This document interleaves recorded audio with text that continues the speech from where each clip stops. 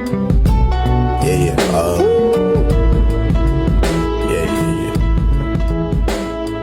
That's the way every day goes, every time.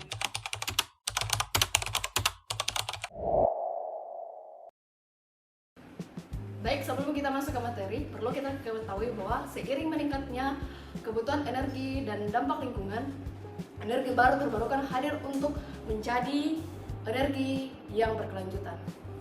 Di slide ini saya akan menjelaskan latar belakang permasalahan energi yang ada di pedesaan Jawa Timur. Pertama itu rasio elektrivitas di daerah terpencil Jawa Timur 55-90%. Artinya bahwa khusus daerah terpencil Jawa Timur rasio elektrivitas masih sekitar 85-90%. Artinya ada wilayah yang belum teraliri listrik secara maksimal.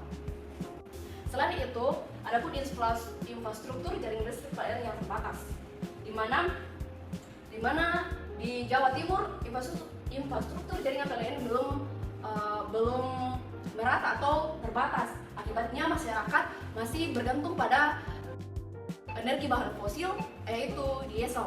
Terus yang ketiga itu keterangan pada bahan bakar fosil diesel. Penggunaan bahan bakar fosil diesel ini menyebabkan biaya operasional yang tinggi dan juga emisi karbon yang cukup besar.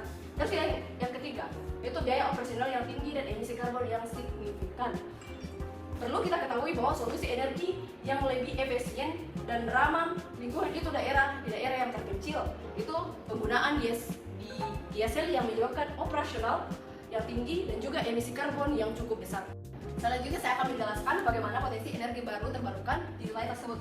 Berdasarkan data yang ada di wilayah tersebut, rasio matahari sekitar 4,5 sampai 5,5 kW meter persegi per jam, di mana durasi penyinarannya itu sampai 6 sampai 8 jam per hari. Dan kecepatan angin pesisir biasa mencapai 4 sampai 6 meter per detik yang cukup baik untuk dimanfaatkan sebagai sumber energi angin. Menariknya, pola energi surya angin yang komplementer itu bersifat saling melengkapi dan saat matahari kurang optimal, angin masih dapat dimanfaatkan dan sebaliknya. Oleh karena itu, penggabungan energi surya dan energi angin menjadi solusi yang potensial untuk berkelanjutan. Baik, pada slide ini saya akan menjelaskan bagaimana urgensi dan tujuan dari proyek ini. Yang pertama itu mengapa pentingnya proyek ini? Karena Indonesia memiliki komitmen dalam Paris Agreement 29% dan pengurangan emisi gas pada 2030. Selain itu, pemerintah juga menargetkan bauran energi terbarukan sebesar 23% pada tahun 2025. Di sisi lain, teknologi energi semakin efisien dan ekonomis serta didukung oleh kebijakan inisiatif dari pemerintah. Hal ini membuat pengembangan proyek energi terbarukan menjadi semakin relevan dan dilakukan sekarang.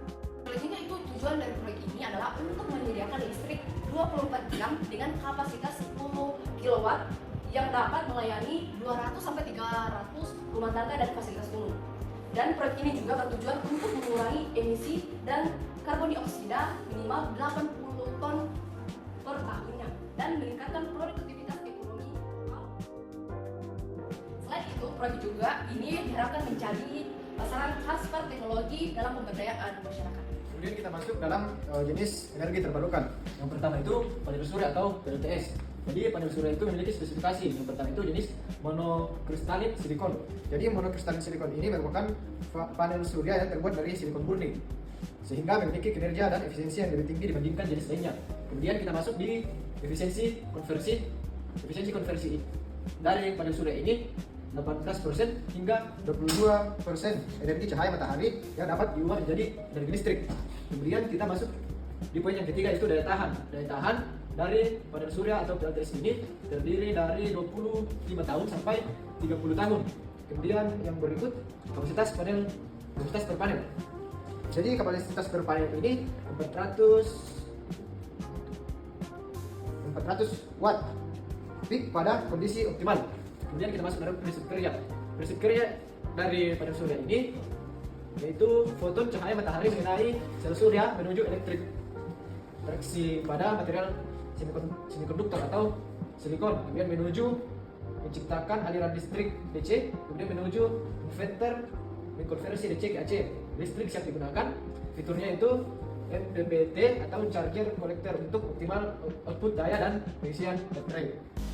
Oke, kita masuk pada jenis energi baru terbarukan. Yang kedua itu energi angin.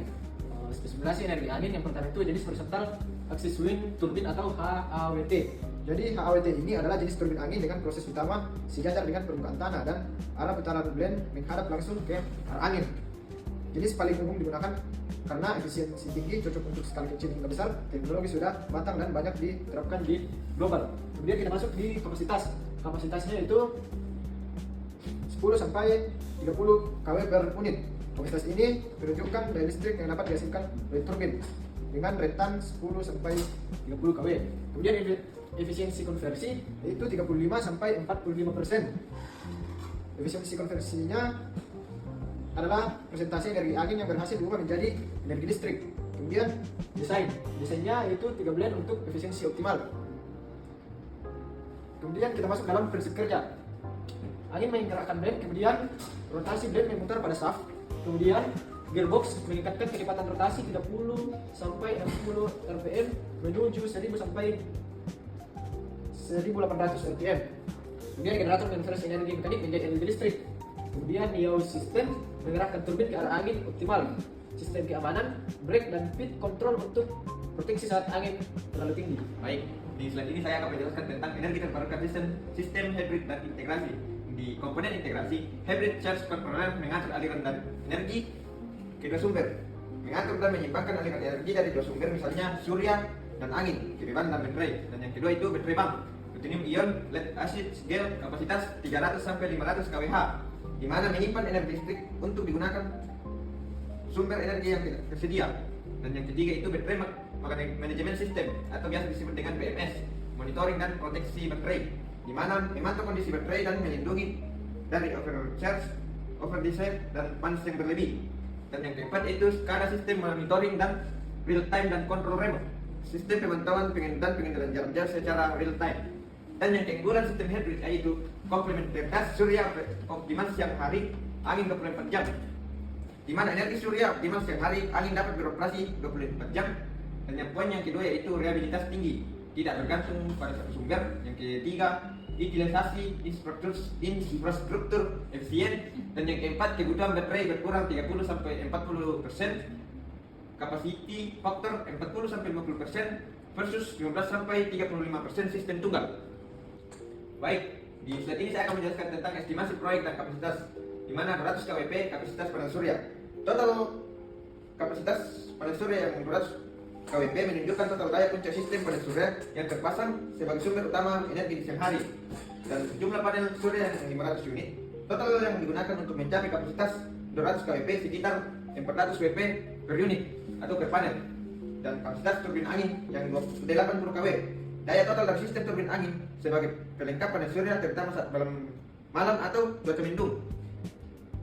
Jumlah turbin yang berkisaran 4 unit, jumlah turbin yang 20 kW. 4 turbin angin digunakan untuk mencapai total kapasitas 8 kW. Jadi kira-kira 1 unit 20 kW. Ya.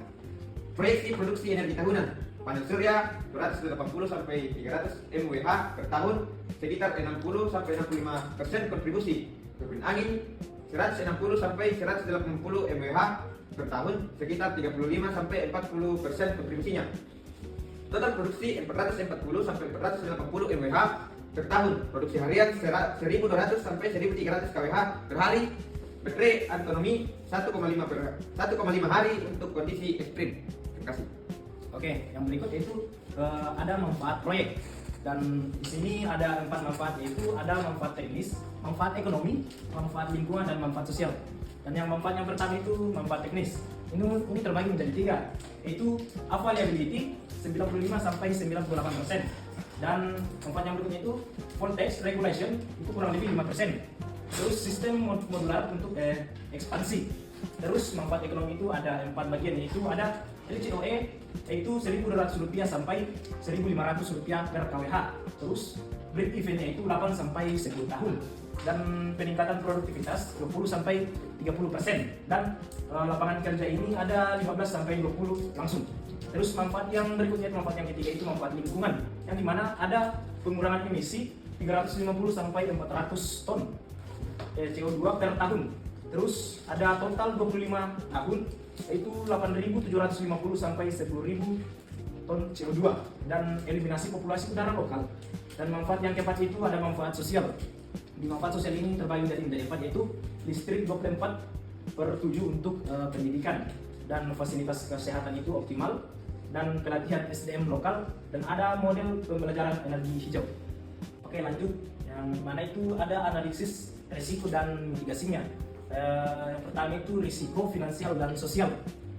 Risiko yang pertama itu ada kenaikan biaya. Terus mitigasinya itu kontrak fixed price heating buffer 10 sampai 15%. Risiko yang kedua itu ada kemampuan bayar. Terus mitigasinya itu smart meter prabayar dan tarif berjenjang. Risiko yang ketiga itu penolakan masyarakat. Mitigasinya itu ada sosialisasi intensif dan pelibatan tokoh. Terus ada risiko yang keempat itu kapasitas SDM. Terus mitigasinya itu pelatihan komprehensif dan remote monitoring. Terus ada strategi manajemen risikonya, yang dimana ada enterprise risk management atau ERM, framework asuransi komprehensif, contingency fund 15%, dan sistem early warning untuk parameter kritis. Oke, kita masuk di kesimpulan. Yang pertama itu kelayakan proyek sistem hybrid panel surya dan turbin angin merupakan solusi optimal untuk mengatasi permasalahan akses energi. Berkelanjutan di pedesaan Jawa Timur. Yang berikut itu 280 kW total kapasitas terpasang. Yang berikut 440 sampai 480 NWH per tahun produksi. Yang berikut 200 sampai 300 rumah tangga terlayani. Yang berikut 8 sampai 10 tahun payback periode. Dan berikut itu dampak strategis. Proyek ini tidak hanya layak secara tekno-ekonomi, tetapi juga memberikan dampak signifikan pada pengurangan emisi di 350 sampai 400 ton CO2 per tahun, peningkatan kualitas hidup masyarakat, dan menjadi model pembelajaran energi terbarukan yang dapat direplikasi di seluruh Indonesia. Oke, kita lanjut di rekomendasi.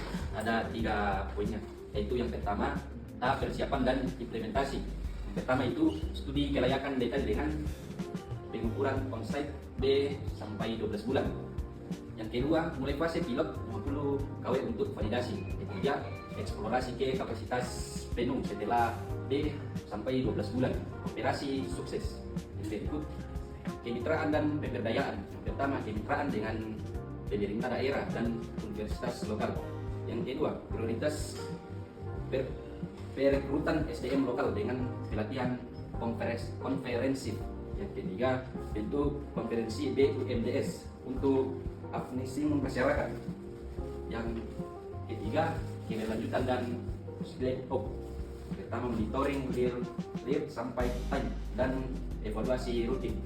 Yang kedua, dokumentasi best practice untuk replikasi. Yang ketiga, target eksploitasi 5 sampai 10 lokasi dalam 5 tahun. Sampai 1 sampai 2 MW total.